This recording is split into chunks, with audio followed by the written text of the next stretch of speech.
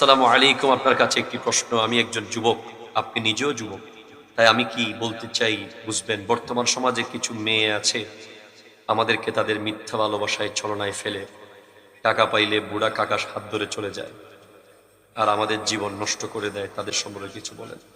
আমি প্রথমেই বলবো, তোমাকে যে মেয়ে ছলনায় ফেলেছে সে এক বাটপাত, তুমি আরেক বাটপাত। ঠিক কিনা? জোরে কথা বলেন। তোমাকে ওই মেয়ের ছলনায় পড়ার অনুমতি কে দিয়েছে? তোমাকে ইসলাম কি বলেছে কোনো মেয়ের সাথে সম্পর্ক করতে? কেন তুমি ছলনায় গিয়েছো? ওটা তো শয়তানের রশি ছিল, তোমাকে রশি দিয়ে শয়তান বেঁধেছে। এটা সম্পূর্ণ হারাম। তুমি মুমিন হতে পারো না এখনো। মুমিন কোনো বেগানা মেয়ের সাথে সম্পর্ক করতে পারে না। ঠিক কিনা? কথা জোরে বলেন।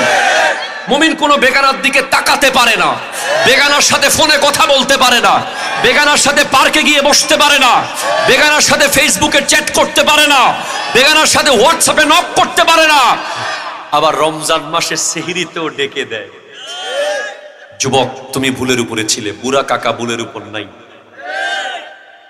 বুড়া কাকা 60 বছর বয়সেও বিয়ে করতে পারবে, অসুবিধা নাই।